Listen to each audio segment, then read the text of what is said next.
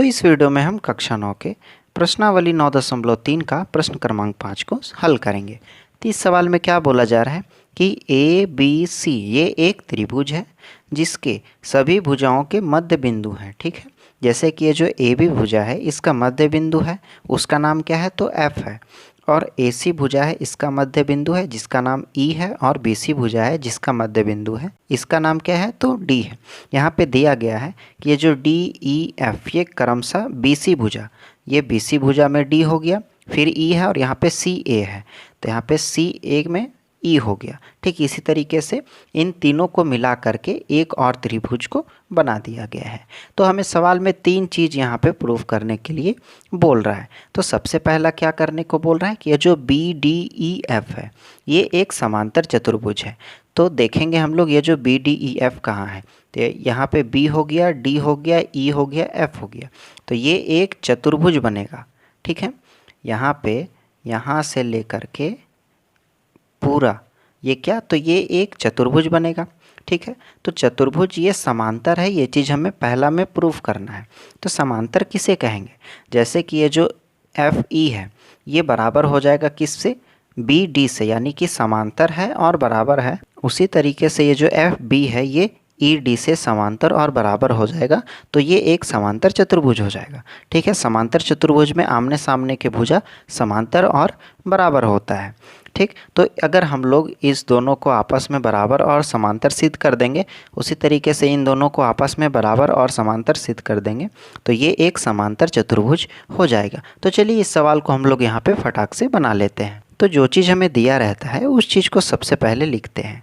ठीक है, तो दिया है में हम लोग क्या लिखेंगे, तो केवल यहाँ जो डी है यहाँ से लेकर के यहाँ पे मध्य बिंदु है यहाँ तक पूरा उतार देंगे केवल देख करके। ठीक है, तो चलिए इसको हम लोग यहाँ पे उतार लेते हैं। अब जो चीज़ हमें सिद्ध करना है उसे भी यहाँ पर लिख लेंगे।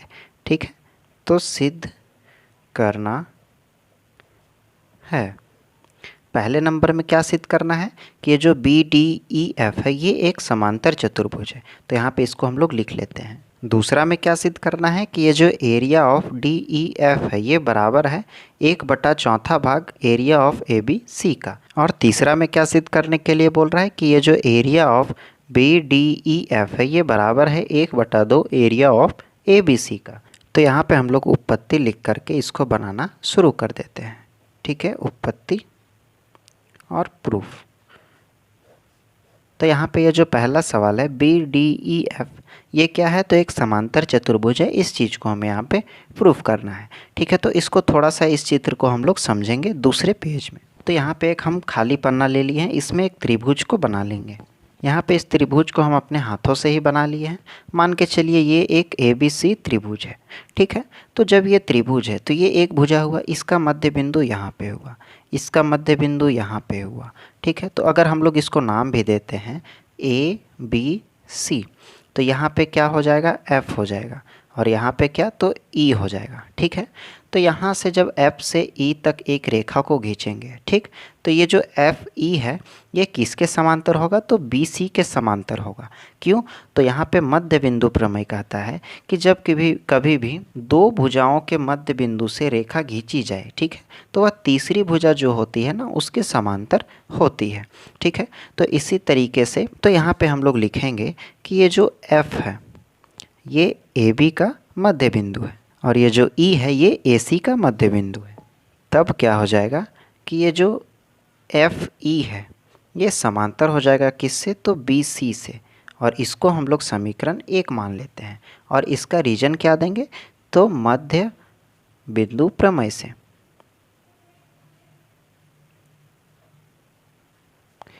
ठीक है, एक चीज़ हमें यहाँ पे मिल गया। अब हम लोग देखेंगे कि ये जो बी सी है इसका भी मध्य बिंदु यहाँ पे होगा। जब ये बी सी का मध्य बिंदु है और यहाँ एफ से डी तक मिला दिया गया, ठीक, ये मध्य बिंदु का नाम क्या है डी है, तो ये जो एफ से डी तक मिलाया गया यानी कि ये जो ए बी और बी सी ये दोनों भुजाओं के मध्य बिंदु से एक भुजा को खींचा गया, तो ये क्या हो जाएगा तीसरे भुजा के समांतर हो जाएगा, यानी कि ये जो एफ डी है ये ए सी भुजा के समांतर हो जाएगा। यही तो मध्य बिंदु प्रमेय कहता है ना। ठीक है, तो यहाँ पे हम लोग लिखेंगे इसी प्रकार यहाँ पे ये जो एफ है ये ए बी का मध्य बिंदु हो जाएगा। ठीक है, ए बी का मध्य बिंदु है। और क्या, तो ये जो डी है, ठीक, ये जो एफ है ये ए बी का मध्य बिंदु हो गया, तो ये जो डी है ये बी सी का मध्य बिंदु हो जाएगा। तो यहाँ पे लिखेंगे बी सी का मध्य बिंदु है। ठीक है, जब ये ऐसा होगा तब क्या, ये जो एफ डी है ये किसके बराबर हो जाएगा, तो ए सी के बराबर हो जाएगा, और इसको हम लोग समीकरण 2 मान सकते हैं। और यहाँ पे इसका रीजन भी क्या हो जाएगा, तो मध्य बिंदु प्रमेय से। अब यहाँ पे ये दोनों भुजा को समांतर हम लोग सिद्ध कर दिए, जैसे कि ये जो एफ ई है ये बी सी का और ये जो एफ डी है ये ए सी का। अब यहाँ से एक और भुजा निकलेगा। ठीक है, ये जो ई डी है इसको भी समांतर हो जाएगा किससे, तो ए बी से। कैसे, तो यहाँ पे ए सी और बी सी, ठीक, इन दोनों भुजा के मध्य बिंदु से एक रेखा को खींचा गया, तो ये किसके, तो तीसरी भुजा जो कि ए बी है इसके समांतर हो जाएगा। अब हम लोग समझेंगे कि इन तीनों को हम लोग निकाले क्यों। पहले इसको हम लोग यहाँ पे लिख लेते हैं। तो यहाँ पे हम लोग लिखेंगे कि ये जो ई है, ठीक, ये किसका मध्य बिंदु है, तो ए सी का मध्य बिंदु है। और ये जो डी है ये किसका, तो ये बी सी का मध्य बिंदु है। तब क्या हो जाएगा कि ये जो ई डी है ये समांतर हो जाएगा किससे, तो ए बी से समांतर हो जाएगा, और इसको हम लोग समीकरण 3 मान सकते हैं। और यहाँ पे इसका रीजन क्या देंगे, तो मध्य बिंदु प्रमेय से। अब यहाँ पे हम लोग 3 समीकरण को लिए हैं। अब इन तीनों का यूज कैसे होगा ये वो देखेंगे। ये जो एफ ई है, ठीक, और ये जो बी डी है ये दोनों आपस में समांतर हुआ। ठीक, और ये जो एफ बी है और ई डी है ये दोनों आपस में समांतर हुआ। इस चीज़ को हम लोग यहाँ पे प्रूफ किए हैं। ठीक, तो ये क्या हुआ, एक समांतर चतुर्भुज हुआ। सेम टू सेम एक और चतुर्भुज बनता है यहाँ से। ठीक, अगर हम लोग इसको ऐसे करेंगे तो ये एक अलग चतुर्भुज बनता है। इसमें भी ये वाला भुजा इसके बराबर हो जाएगा, ये वाला भुजा इसके। तो समांतर चतुर्भुज में तो आमने सामने के भुजा एक दूसरे से बराबर और समांतर होता है। ठीक है, और एक समांतर चतुर्भुज बनेगा यहाँ पे। ठीक है, कुल मिला के कहें तो 3 समांतर चतुर्भुज। तो ये इसके बराबर हो जाएगा और ये इसके बराबर हो जाएगा। क्यों, तो यहाँ पे ये इसके बराबर था। ठीक है, ये जो एफ बी है वो ई डी के बराबर था, तो यहाँ पे ये इसका मध्य बिंदु है, तो ये जितना है उतना ही तो ये भी है ना। तो ये जितना बराबर होगा वो इतना इसका बराबर होगा, ये इसके बराबर होगा। ठीक है, तो यहाँ पे अब हम लोग लिख सकते हैं कि ये तीनों चतुर्भुज क्या है, तो समांतर चतुर्भुज है। तो यहाँ पे लिखेंगे हम लोग समीकरण 1, 2 व 3 से। तो इन तीनों से हम लोग क्या सीखें कि ये जो बी डी ई एफ है, यहाँ पे देखेंगे जो बी डी ई एफ है ये एक समांतर चतुर्भुज है। और क्या, तो ये जो सी डी एफ ई है, ठीक, ये भी एक समांतर चतुर्भुज हुआ।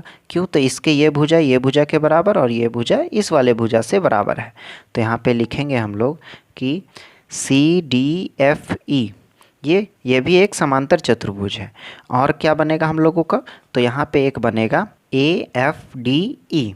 तो यहाँ पे लिखेंगे ए एफ डी ई। ये सब क्या है, तो समांतर चतुर्भुज है। यहाँ पे लिखते हैं समांतर चतुर्भुज है। पर हमें सवाल में क्या, केवल एक इसको ही समांतर चतुर्भुज सिद्ध करने के लिए बोला था। तो हम लोग डायरेक्टली यहाँ पे इसको गोल घेरा करके और पहला का सिद्ध हुआ इस चीज़ को यहाँ पे लिख सकते हैं, सिद्ध हुआ। अब हमें जो दूसरा प्रूफ करना था, क्या प्रूफ करना था हमें, कि ये जो area of D E F है ये बराबर है 1/4 area of A B C का। तो इस चीज़ को हम लोग यहाँ पे प्रूफ करेंगे। यहाँ पे हेडलाइन देंगे दूसरा नंबर का। ठीक है, और इसमें लिखेंगे कि समांतर चतुर्भुज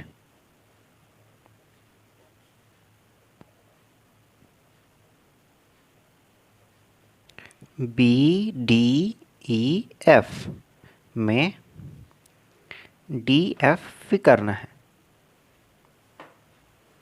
ठीक है, तो इस चित्र को थोड़ा सा देखेंगे। ये जो बी डी ई एफ, जो समांतर चतुर्भुज है इसमें ये जो डी एफ है ये एक विकर्ण है। तो विकर्ण क्या करता है, तो एक समांतर चतुर्भुज को दो बराबर त्रिभुजों में बांटता है। ये वाला त्रिभुज है ये इस वाले त्रिभुज से बराबर है, ठीक है।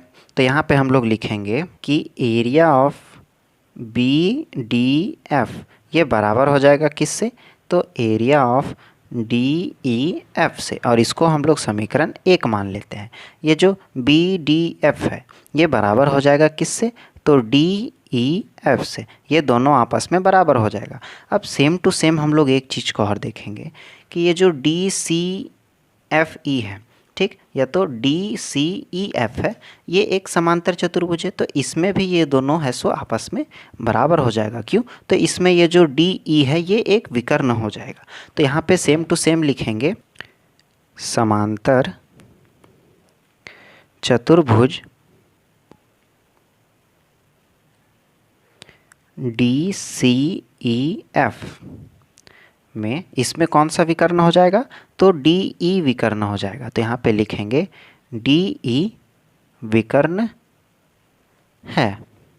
तो यहाँ पे जब डी ई विकर्ण हो जाएगा तो ये दोनों त्रिभुज आपस में बराबर हो जाएगा। तो यहाँ पे हम लोग लिख सकते हैं कि area of C D E, ये जो सी डी ई है ये बराबर हो जाएगा किससे, तो area of D E F से, और इसको हम लोग समीकरण 2 मान लेते हैं, ठीक है। अब सेम टू सेम ये दोनों तो क्लियर हो गया। अब इस वाले चतुर्भुज में देखेंगे तो फिर से यहाँ पे हम लोग लिखेंगे कि समांतर चतुर्भुज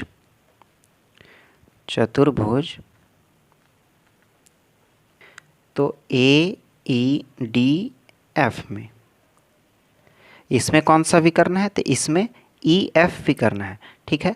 ये जो ए ई डी एफ समांतर चतुर्भुज है इसमें कौन सा विकर्ण है, तो ई एफ विकर्ण है।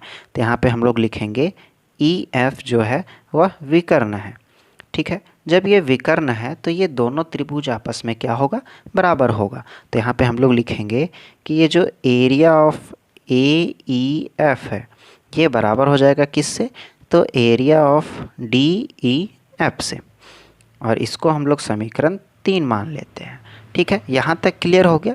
जब हम लोग ये 3 समीकरण यहाँ पे लिए, ये वाला त्रिभुज इस वाले त्रिभुज से बराबर है, ये वाला त्रिभुज इस वाले त्रिभुज से बराबर है, और ये वाला त्रिभुज इस वाले त्रिभुज से बराबर है, कुल मिला के कहे ना, तो इस त्रिभुज में हमें जितने भी त्रिभुज बने हैं, ये जो ए बी सी त्रिभुज है इसमें जितने भी त्रिभुज बने हैं वो सभी क्या है, तो आपस में बराबर है, ठीक है। अब हम लोग यहाँ पे क्या लिखेंगे कि ये जो समीकरण 1 है, 2 है, व जो समीकरण 3 से, ठीक है। तो समीकरण 1, 2, 3 में हम लोग क्या देखेंगे कि ये जो बी डी एफ है ये डी ई एफ से बराबर है। Same to same C D E ये डी ई एफ से बराबर, यानी कि यहाँ पे तीनों साइड में क्या दिखने को मिल रहा है, तो डी ई एफ कॉमन है, ठीक है। तो हम लोग यहाँ पे लिख सकते हैं कि डी ई एफ ये बराबर है किससे, area of D E F ये बराबर है किससे, तो area of B D F से, ये बराबर है किससे, तो area of C D E से, और ये बराबर है किससे, तो area of A E F से। जब ये चारों एक दूसरे से बराबर हो जाएगा तो यहाँ पे हम लोग लिखेंगे परंतु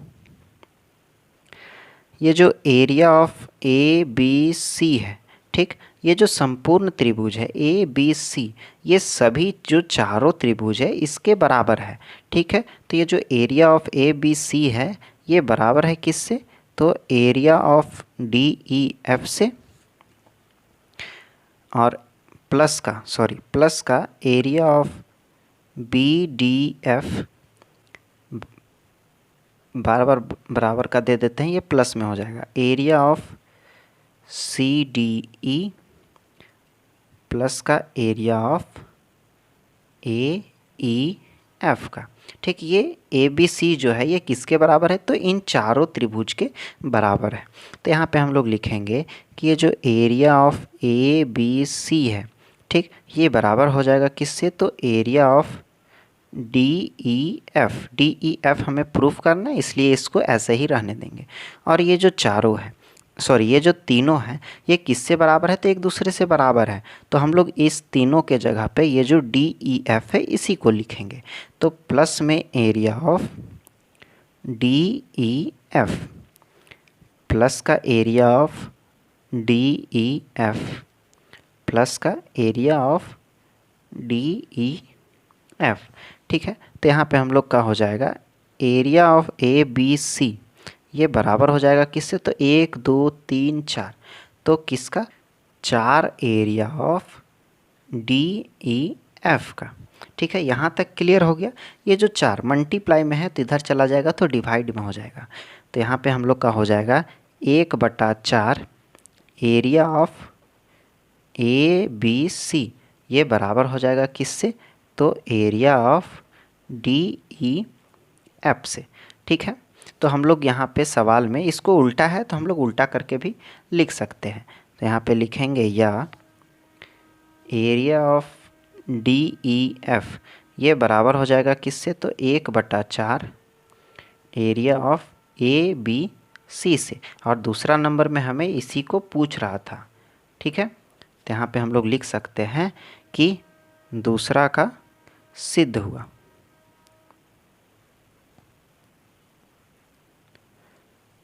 ठीक है, तो ये जो दूसरा नंबर है ये चीज़ यहाँ पे हम लोग सिद्ध कर दिए। ठीक है, अब ये जो तीसरा है, तीसरा में क्या बोल रहा है कि ये जो area of B D E F है, ये जो बी डी ई एफ है ये आधा है किसका, तो संपूर्ण त्रिभुज ए बी सी का।